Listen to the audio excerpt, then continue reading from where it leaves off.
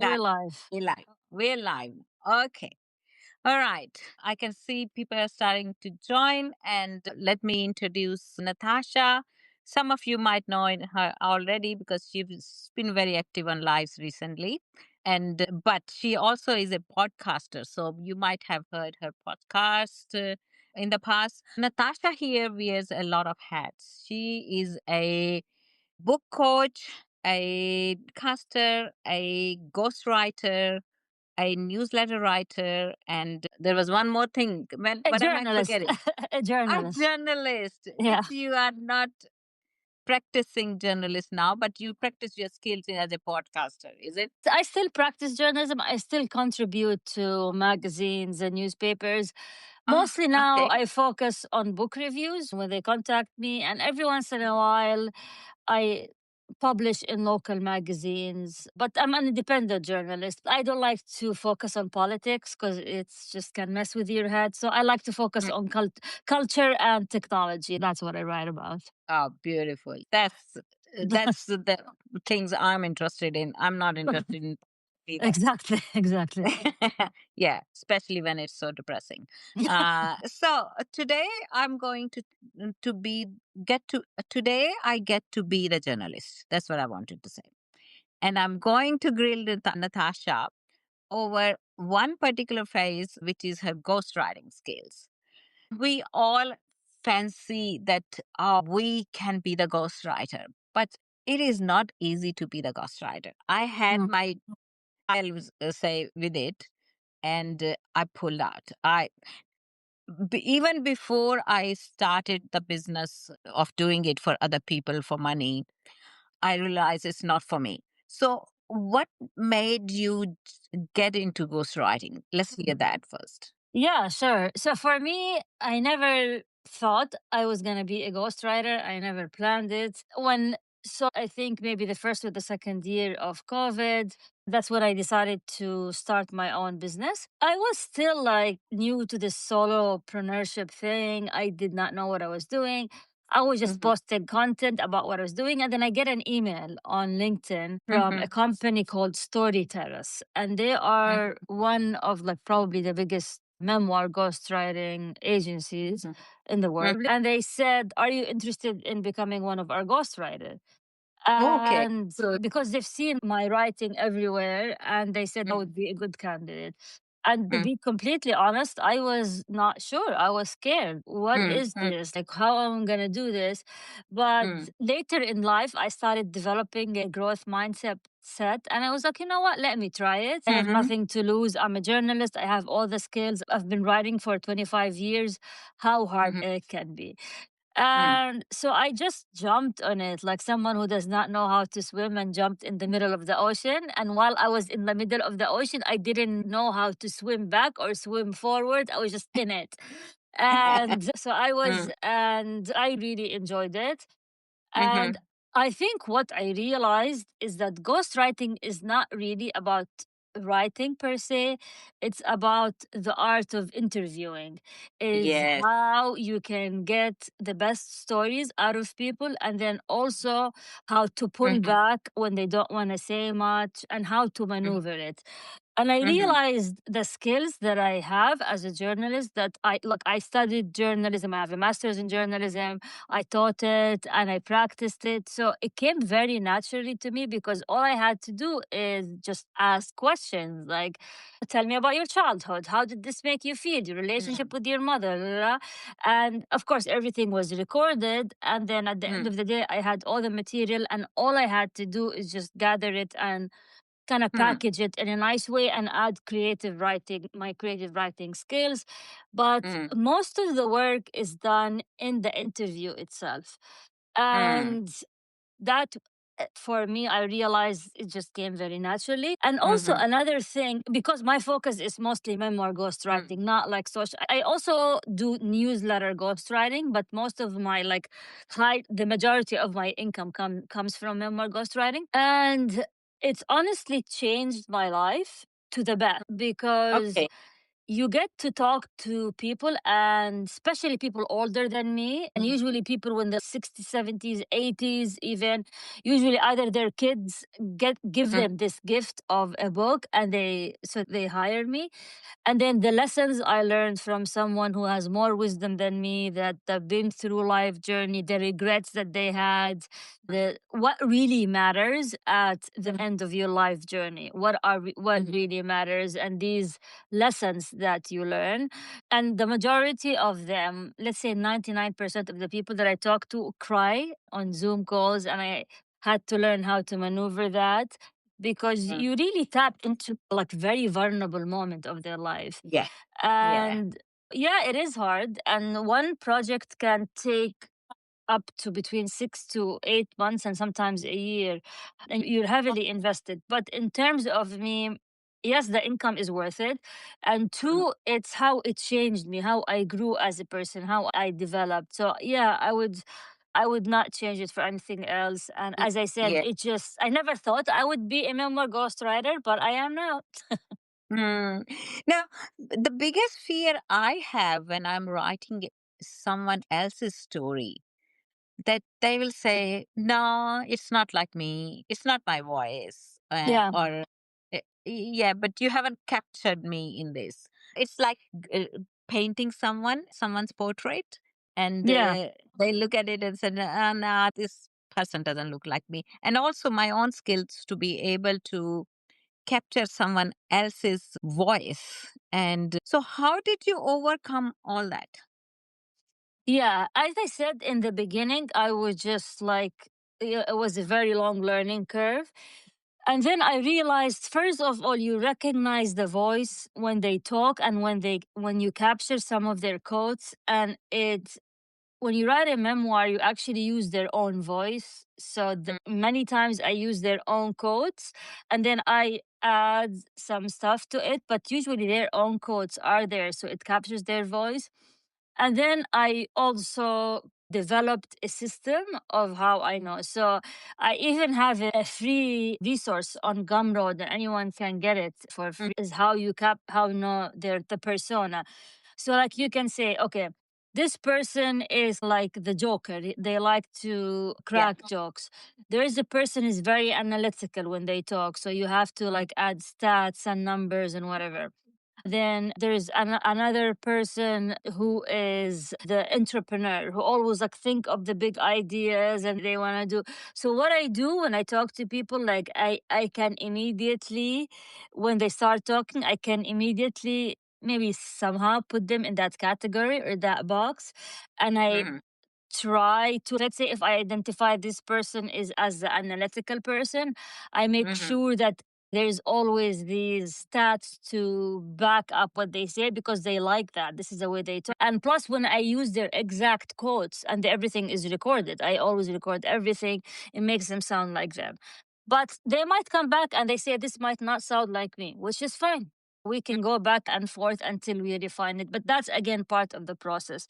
And for Mhm. me, is I cannot let that fear paralyze me. Oh, I'm not capturing their voice. I can't do it. I just go with my gut. I go with what I have. I send them the Mhm. first, and then we work back and forth. But knock on wood, so far, everyone has been pretty happy with how I captured them. Is because, remember, I spent a lot of time with them. And Mhm. we're talking about like 20, 30 hours just listening to them talk. So Mhm. eventually, you develop a sense of how they talk. If I think of you now, knowing what you do, I would see you as more of the analytical person. You like to think deeply. You like to tell a story, but you have to back it up. This is how I see. There's other people who are like the storytellers, who just keep going from one story to the other to the. These are another category. Yeah, so it takes practice. And also it takes you trusting your gut and using their own quotes. Like I interviewed once this woman who was from the south of the US, from Georgia, and she was a farmer. And all of her language was like a southern kind of vernacular, using these Mhm. southern terms. So I made sure that I include the exact quotes where she had these southern terminology that you won't find it like on the east coast of the US. Yeah, so this is how it is, and it's a trial and error. If they don't like it, we'll go back and we work with them. Mm. So, if now you mentioned that the money is worth it, and I understand that you charge premium dollar for that. Mhm.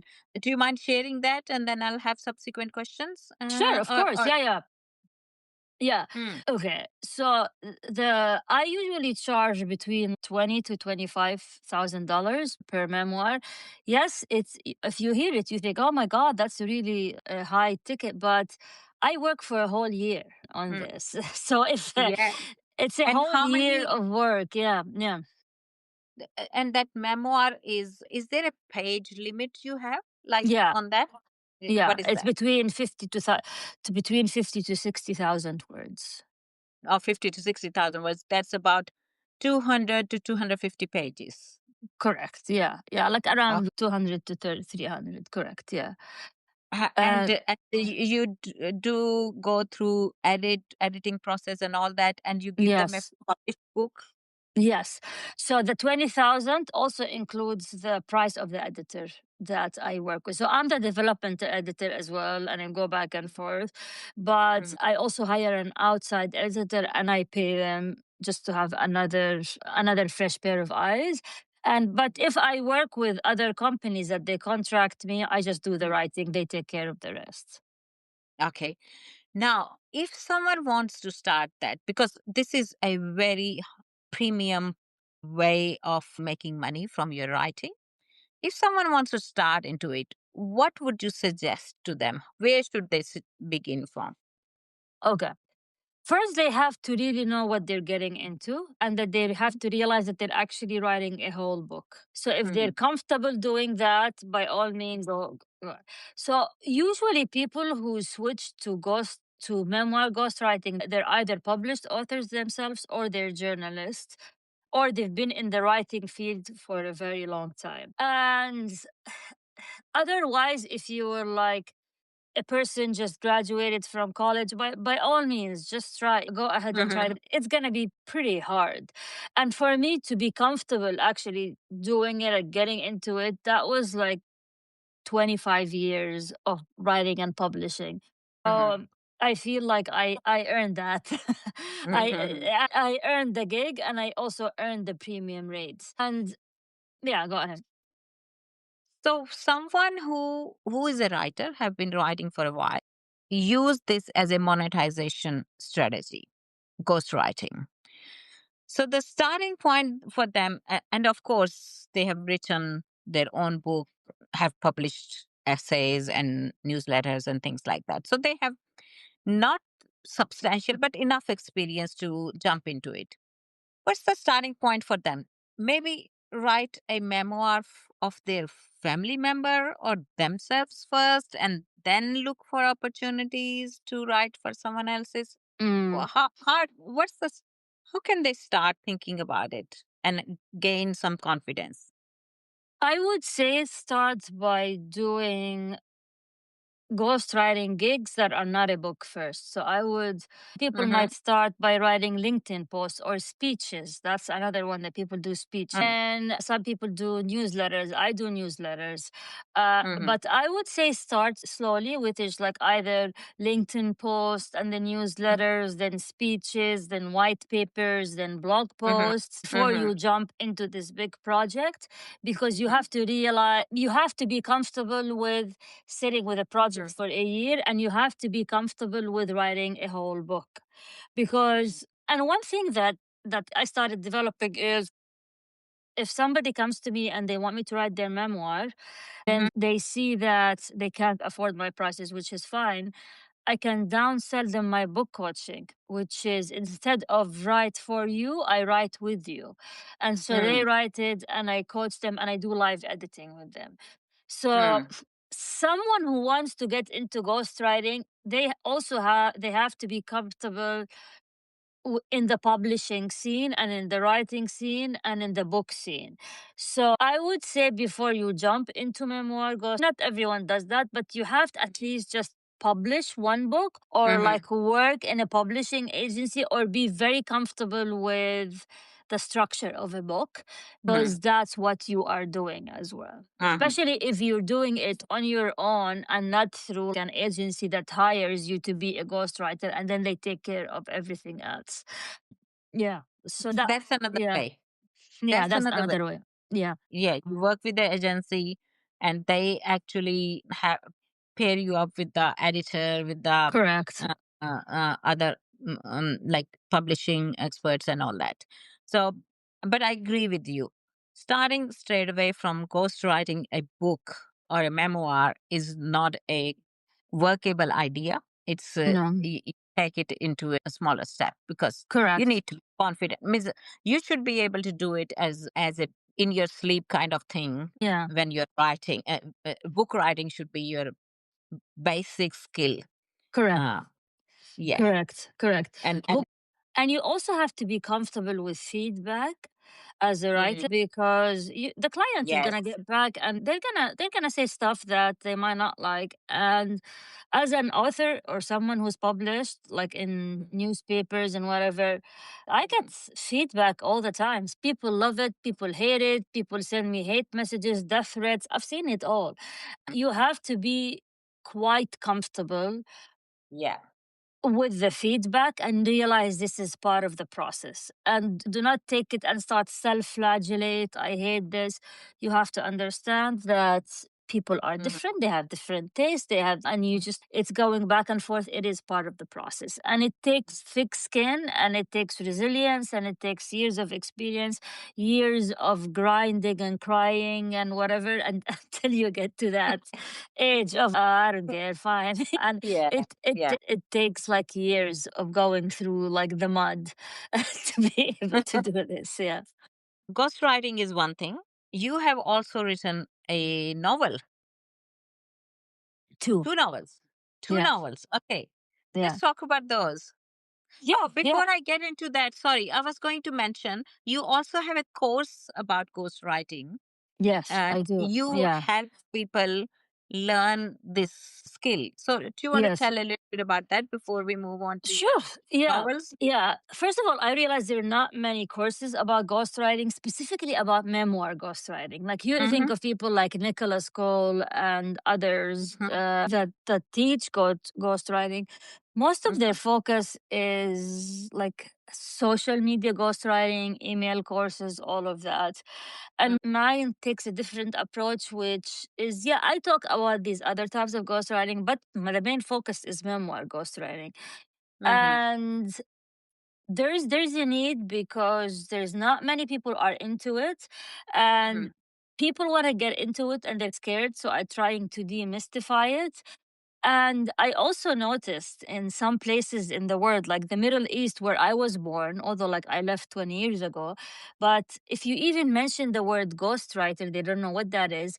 Even the Arabic translation is like, even if I translate it to Arabic, which like it translates into a shadow writer, and is what is this? Like the people have no clue. And you Mm-hmm. realize there is a huge untapped market for ghostwriting, especially in places the Middle East. And so yeah, I thought like why not? I already ran a number of webinars. I have the material, I have the experience, I have the receipts like of how people paid Mm-hmm. me, I have testimonials from clients. Why not?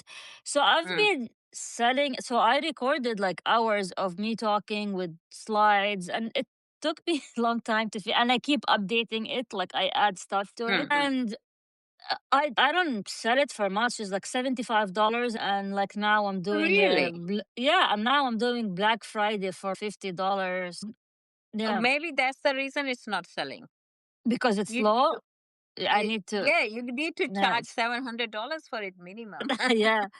Yeah, maybe I'm still like, nah, yeah. I guess part of me is Yeah. when it comes to selling my products, I usually undercharge, but it's something that I need to work on. And like, I need to be more confident. Like, I'm confident charging premium prices for ghostwriting because it's a whole book for a whole year. Let's say if you want to live comfortably, at least in the US, you have to make at least six figures or you'll be be in like the poverty line, honestly, especially Yeah. now with inflation and everything.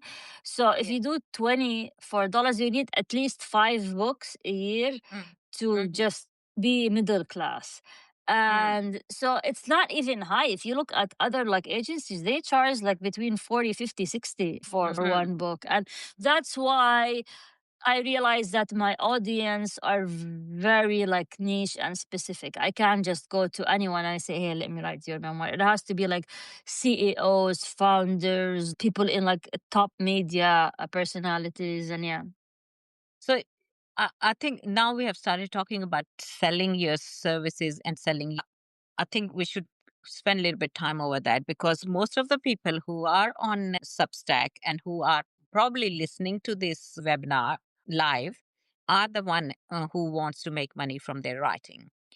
And this is something which I have learned the hard way is that you should always look for premium service and premium product if you want to really monetize. If you want to get pennies, that's fine because making money is not your prime goal from it. So just like you have done your premium dollar for your ghostwriting, you need to sell your service of making ghostwriters from your if someone want to become a ghostwriter, if you are mentoring them, you need to charge them premium dollar as well. I have done Nicholas Cole's course, ghostwriting Mhm. course. That's when I tried to do that gig, but I didn't fit with my personality on social media and writing and all that. And that course was for $7,000. Yeah, I know, I know, And it was good at the time because I'm coming from zero skills to very confident person to be able to do that. Why it didn't sit with me was because I had too many projects and ideas of my own, my books, my Mm. fiction, nonfiction, newsletter, and all these things. And this was a side project for me. Yeah, While it needed the kind of commitment to be my primary project and everything else on the side. And I wasn't prepared to do that. So after a yeah, while, I had to give it up. And it also needed an identity change in me. I had to go and ask for work, reach out and ask for work to people who might be interested in ghostwriting in educational email courses it was called which we were creating and then newsletter on from there on and LinkedIn posts and all that. I was very well established on LinkedIn. I was a top writer and all that sort of things. But even then, I decided this is not for me and yeah, I left it at that. But and putting it out for to everyone who is listening and probably listening will be on the recording as well that it is very important for you to understand how to products and how to price your services. So product for products you can only charge that much. So a document or ebook only can sell for certain amount. A mini course can only sell for certain amount. A course, well-known course can sell for only certain amount. And actually their prices are dropping now because people are realizing they're not good enough. They don't change them from they don't bring the transformation. People leave it halfway through and never follow it up. But when you help them, actually help them, just like you are hand holding and writing someone's memoir. If you're taking someone hand holding them and taking them to become a ghostwriter like you, who's making 20K or 25K from one book and maybe can do it faster than you, that is a service you can charge premium amount. mm, So it is the packaging of that service as well which in a way in which the implementation like and Fernie, hi, you're there, I know you have joined. He calls it knowledge is free these days. It's the implementation of the knowledge that people pay for. So yeah, here you're helping someone to move from not being able to a ghost writer and get the gigs to someone who is able to do it and getting paid for it. I would want to know people who have joined to ask us questions on both these things, ghostwriting and pricing your product or services, and we'd love to chat about it. Do you have yeah. anything to add? Do you have anything to add, Natasha? Yeah, I've been thinking about like why I'm not charging a lot for my courses. So I also did a cohort with Mm, Maven, and the cohort was like 500 for 3 weeks, and it was mm-hmm, live, and people would get it was live. So it was me talking the whole time, and it took a lot of time from me because mm, I had to prepare every class, answer their emails. I mm, definitely spent more than $500 in terms of my time. But I think the reason I do not charge as much for courses, I think because people, I feel like they're getting tired of like they have what it's called yes, course fatigue, yes. and maybe and I still have a lot to do about marketing. And for me, my priority is my client work. So that's like when I start my day, I have to finish what I have to do. I Mm, have to keep the lights on. I have 3 kids. And it's a very serious business. Like I have an LLC, and so mm, the courses, I do not depend on the courses to make income. And mm. it's just for me like a side thing. And and I think part of me, I feel like if I like double the price, nobody's gonna buy it. And so also, I have this kind of scarcity mentality, and I need to work on it. And I also need to, Oh, sorry, you went silent. Sorry, you went silent on my side. I can't hear your voice. whenever I push for it, people buy it. And maybe I need to rebrand it. I need to That's okay. You went silent for a little while. on huh? You went silent for a little while, but you're back now. Sorry, where did I lose you? So okay, I was just saying that selling the courses, my ghostwriting course, has not been like something that I depend on. It's just as a Mm. side income. So But thinking point about it, yeah, go point I ahead. was making is, what if you turn this course into a service? So your service could be that you are helping someone to become a ghostwriter. That's your premium service. And you treat it just like as your ghostwriting client because you're getting top dollars for it as well. You mean like a coaching? Like I become a Yes. ghostwriter coach? Yeah, Yes. I'm That's open to that's it. Yeah, exactly what I'm saying. yeah, Because you are right. People have course fatigue now. They don't yeah, want an course. They doesn't matter how cheap it is. They don't want it. They want something in which they can work with the other person yeah. and actually become or do whatever they want to do. So if they want to become a ghostwriter, they want to work with someone who can make them a ghostwriter. Show them the all the loopholes, show them all the ropes. That's pretty a good idea. I can add it. Part of me feels like maybe again I need to adjust my marketing strategy. Mm-hmm. Is feel like I don't get enough people that would wanna pay for this as and I don't wanna spend all my time chasing them while Mm-hmm. I'll have the golden goose. And the golden goose for me is the memoir ghostwriting. And I have like such limited time that if I do not focus on the golden goose for now, and I Mm-hmm. like get distracted by like these side income and these hustles, I would Mm-hmm. suffer. But maybe I need to work on my mindset, and Yes. maybe I need, yeah, so that I No, think that's no. where I am. I think we are at the time of the year when we are all of us, if we are not, should be reassessing what Yeah, we are doing, what exactly. are we spending our time on, what are we going to continue next year with, and what are we going to drop. That's Correct. most important part is what are we going to drop because we all tend to take too many things on Correct. Yeah. and without dropping anything. So, in that scenario, and that's a good place to end our call today because it's already half an hour. And that I think what we all need to do is assess why are we on Substack and why are we writing on Substack? Mm, Is there yeah. something core to our and all the things we are doing?